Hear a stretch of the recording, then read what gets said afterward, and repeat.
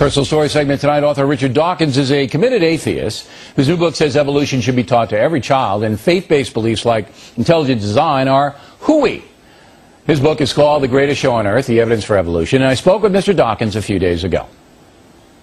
Now, when we last left you, Mr. Dawkins, you were selling your book, The God Delusion, big bestseller, based on atheism is good, and those of us who believe are kind of sappy. Now, I want to show the audience the key part of that interview, and then we'll get to your new book. Roll the tape. I'm throwing in with Jesus rather than throwing in with you guys, because you guys can't tell me how it all got here. You guys don't know. We're working on it. Physicists are working. When you get it, then maybe I'll listen. Yeah. Well, no, I mean, if you look at the history of science over the centuries, the amount that's gained in knowledge each century is stupendous. In the beginning of the 21st century, we don't know everything. All right, when you guys figure it out, then you come back here and tell me, because until that time, I'm sticking with Judeo-Christian philosophy.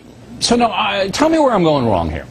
I believe in creative design. I believe in evolution. But I think it was overseen by a higher power because, as we just stated, and you acknowledged, you guys still haven't figured out how it all began.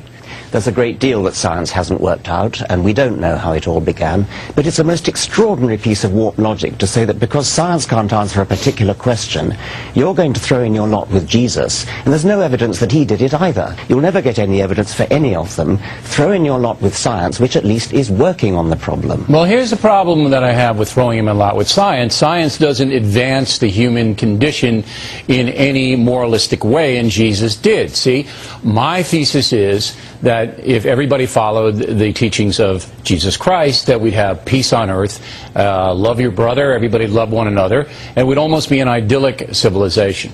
Now, am I 100% sure that Jesus is God? No, but I choose to believe that because the man was so extraordinary, and what he did in his 33 years on earth still resonates to this day.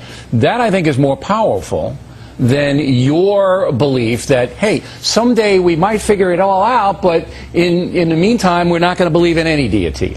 Why would you muddle up the question of giving you a moral compass for life, which is important, with the other question, which is explaining the nature of the world, the nature of life, the nature of the universe? That's what science is about. Okay, and I understand that, but I don't think that my belief system contradicts science. And I do believe that there is a higher power, and in my life, I can point to it, I see it.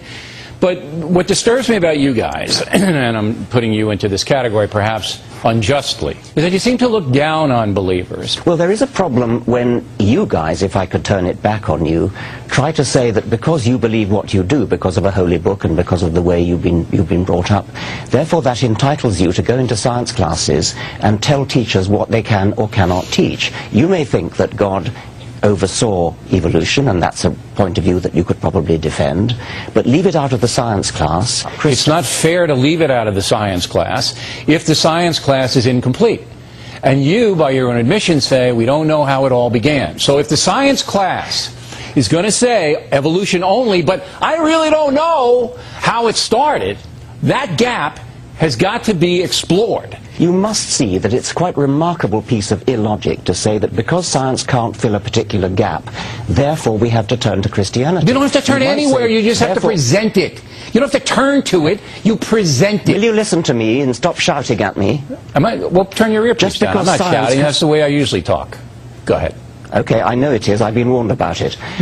Just because science has a gap in its knowledge, that does not entitle you to turn to any other particular alternative. Pick on a better science. No, that's fascism. For you to say that you can't mention fascism? Yeah. For you to say that you cannot, in a public school classroom, a science classroom, talk about brilliant men, and I mean brilliant, smarter than you, who do believe in a higher power, who do believe that there was an overseer of the universe. If you insist you can't even mention it, that is fascism, sir. What you called fascism was my statement that if science can't answer something, you should therefore turn to Christianity. Not turn, if a particular scientific theory doesn't work, do some better science. No. You present in the science classroom all the alternatives that are legitimate. Now, Adam and Eve, you don't have to do that.